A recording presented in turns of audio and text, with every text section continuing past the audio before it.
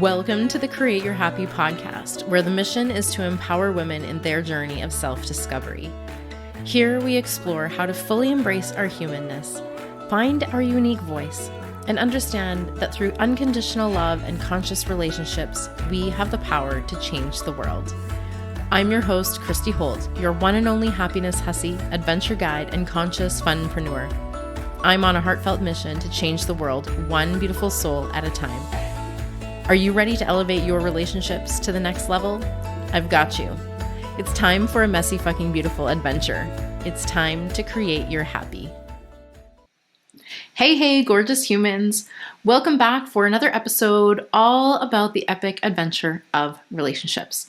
And today I'm going to be talking about a topic that is really near and dear to my own heart, people pleasing. Now, people pleasers, you know the drill. You say yes when you want to say no. You bend over backward to make everyone else happy, often contorting yourself for others at the expense of your own happiness.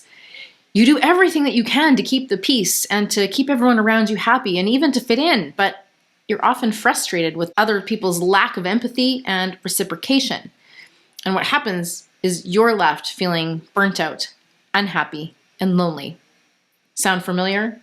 Well, it's time to break free. People-pleasing isn't just about being nice. It's about seeking external validation and acceptance. And let me tell you, this is a trap. It's a never-ending cycle that leaves you drained and unfulfilled. And unfortunately, the more you try to behave in ways that will result in these outcomes that you desire, the more exhausted you'll end up becoming.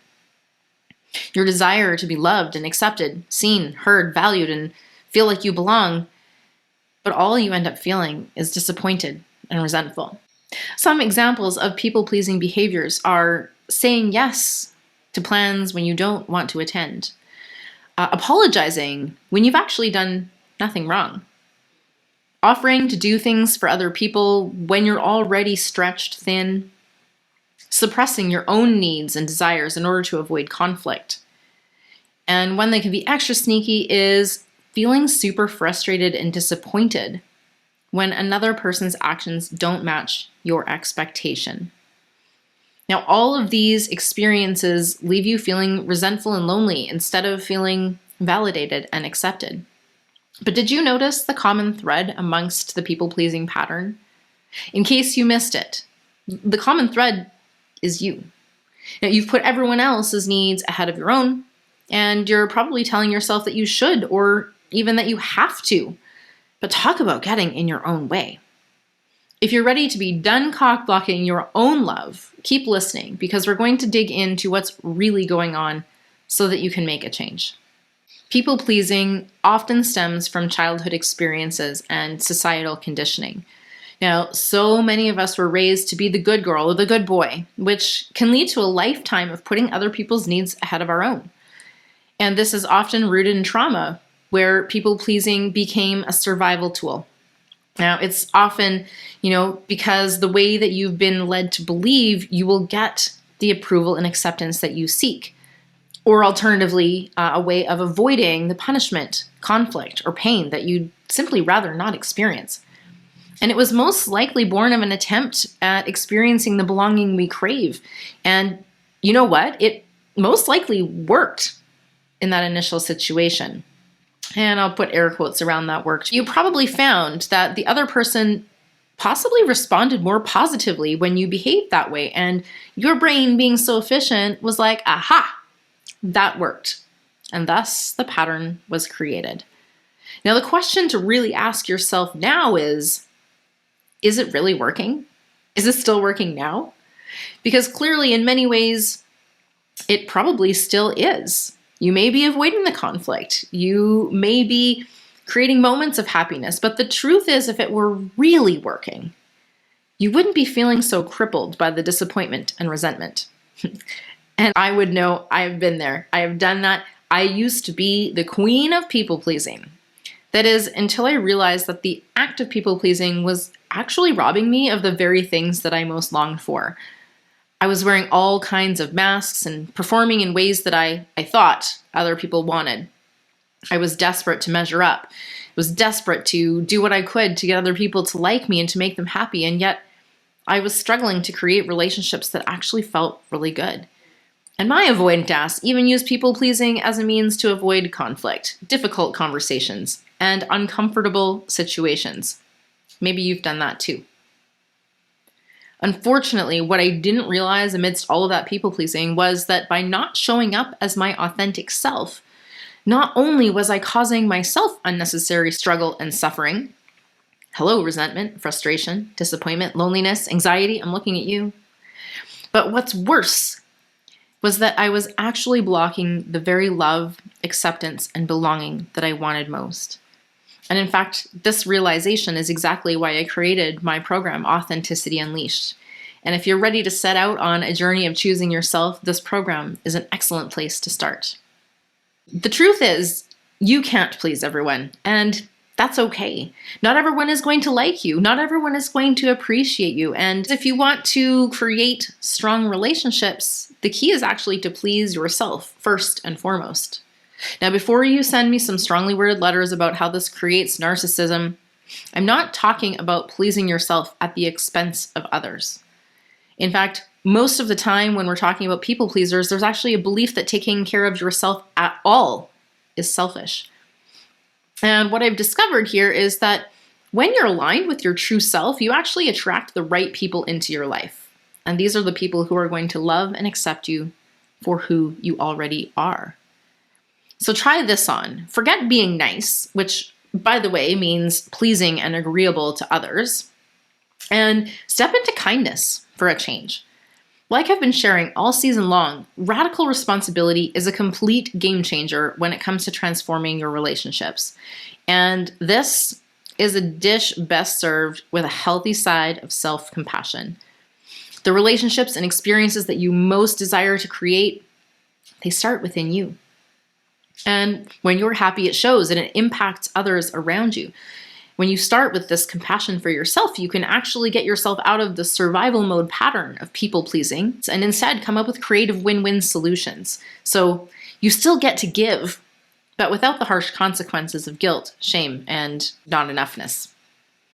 So choose the things that light you up. Choose to seek happiness and choose to seek success on your terms. Choose to love and accept yourself first so that you can actually create those thriving relationships and epic life experiences that truly set your fucking soul on fire.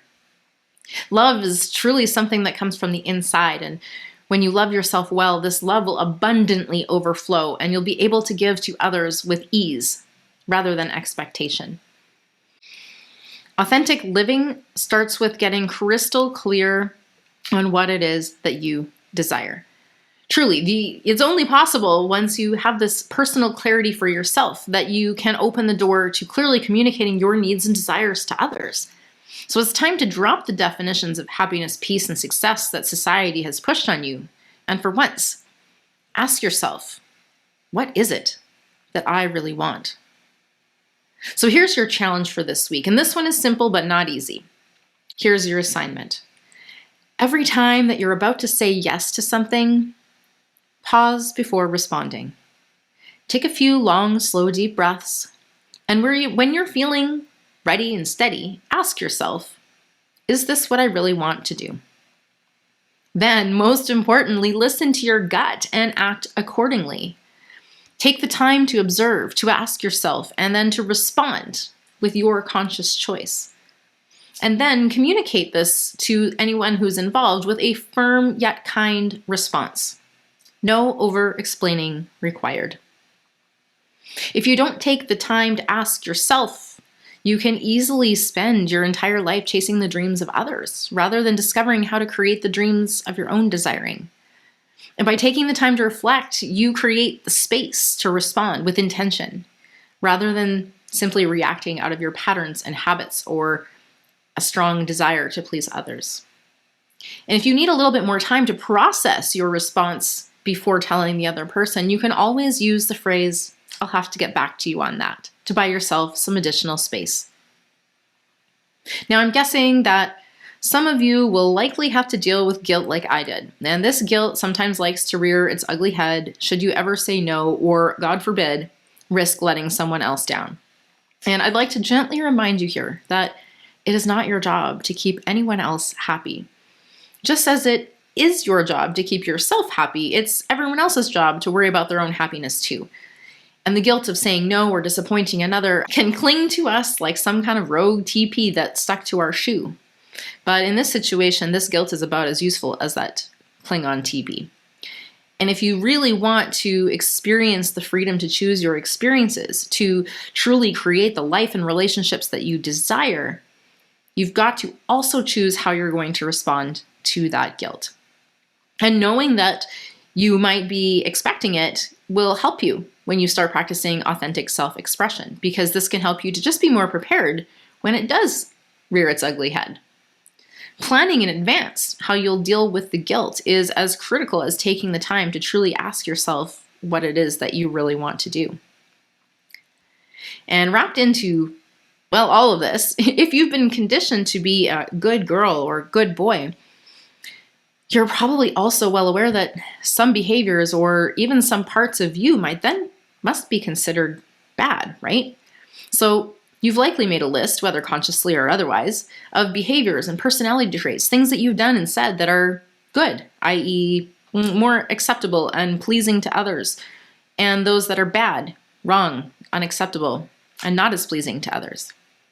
And it's often when we're not able to do those good behaviors, or when we choose the bad behaviors, that we will experience some cognitive dissonance related to these ideas of good and bad. Meaning some part of us feels uneasy about it. And when it comes to creating new habits and new patterns, this uneasiness is actually very useful information. But often we resist it because it's uncomfortable. Part of growth requires us to lean into the discomfort within ourselves, to become comfortable being slightly uncomfortable. And I'll tell you what, we are all capable of feeling a bit of disappointment and moving through it. So your concerns with disappointing another person is probably you taking on a little bit more than is yours to take. They can handle a little bit of disappointment too. So it is, after all, at the end of the day, our own thoughts and emotions, our perspectives, and our autopilot response. So please note here that this is absolutely not an invitation to tolerate poor behavior from others, nor to allow your boundaries to be crossed. And as a people pleaser, boundaries are a hugely important topic, and I will be covering that in its very own special episode coming up in the season. But back to our perspective for a moment. We have had a lot of experiences in our lives, both good and bad, and all of them have taught us which behaviors or personality traits are deemed acceptable to other people versus what are not. And I don't know about you, but if you've ever taken a moment to consider that this whole experience, getting this initial feedback itself, is actually entirely subjective. And that means that it rests entirely on the reactions and responses of other people. Now consider for a moment that these other people, who may very well have shaped our entire identity through their actions and words, are also actually very likely themselves acting from unconscious, conditioned reactions. Talk about imperfect people leading imperfect people, and it's got us striving to actually try to be perfect in a world where perfection is merely an illusion. More on that topic in the next episode. But as it relates to people pleasers, often when we experience very good things, we can even end up feeling guilty for feeling happy and at peace, guilty for being too successful, because we worry that it might make someone else feel less than or uncomfortable.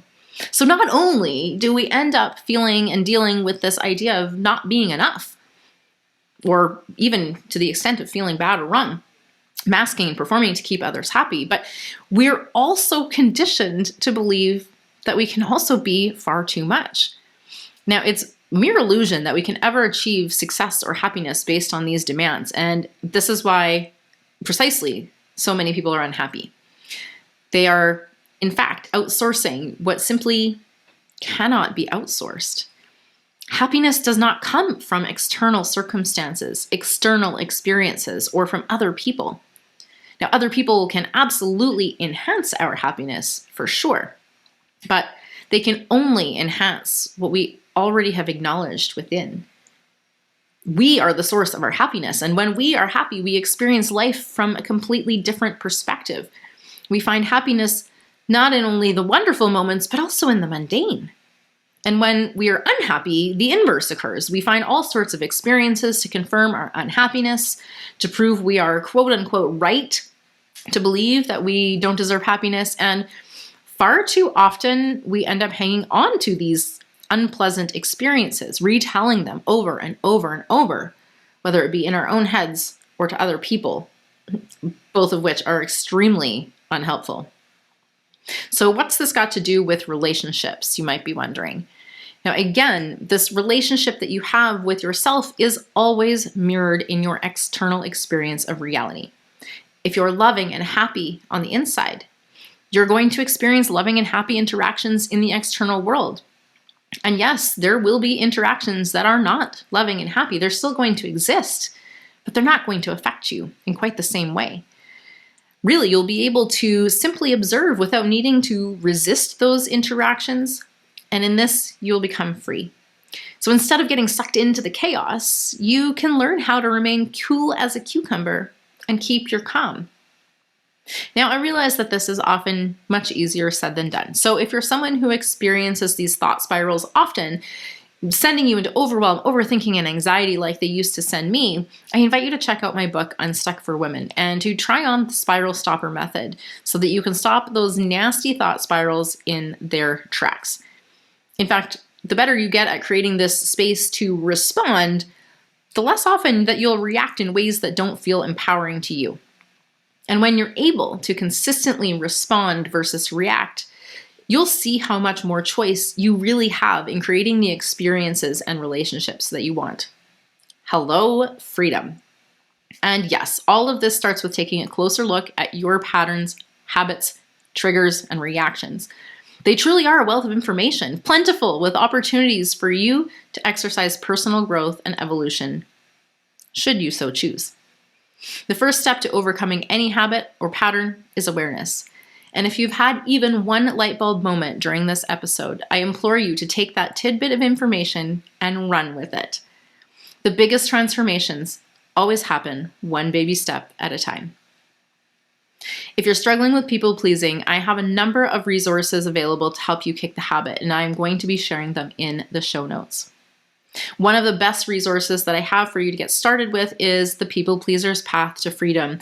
This is in an ebook or masterclass format, and it's an empowering resource designed to help you break free from these people-pleasing patterns, to prioritize your own needs, and embrace self-love. In the program, we dive into practical strategies and exercises that will actually transform your relationships from the inside out, bringing you closer to your authentic self. Second, as I mentioned earlier in the episode, Authenticity Unleashed is a comprehensive program for those ready to take their journey to the next level. This incredible program is your guide to unleashing your authenticity, building unshakable self-trust, and forging deep, genuine connections. So get ready to embrace vulnerability, set healthy boundaries like a boss, and create a life you truly love in Authenticity Unleashed. Can't wait for more relationship goodness? Neither can I. And the waitlist for my upcoming book, Unstuck for Relationships, is available now. To get pre-release updates and news as soon as it's available, join the waitlist now. The link will be in the show notes below. Now, recovering from people-pleasing is truly a gift of liberation, and walking in this freedom allows you to create the relationships that make you feel really fucking happy. And this is an experience which everyone deserves. Yes, including you. You truly can create your happy, and the journey is 100% worth every single step. All right, gorgeous human. Now don't forget to embrace that messy fucking beautiful adventure that is life. I love you. Now let's go do some epic shit, shall we? Thank you so much for listening to today's show. I trust you were inspired to take back your power and create your happy. If you enjoyed this episode, I would love to hear from you. Please subscribe, leave a review, and share the show with the women in your life who could use a little more inspiration today. If you'd like to connect or explore the additional resources mentioned in this episode, you can find those details and links in the show notes below. As always, get out there, have fun, be you, and create your happy.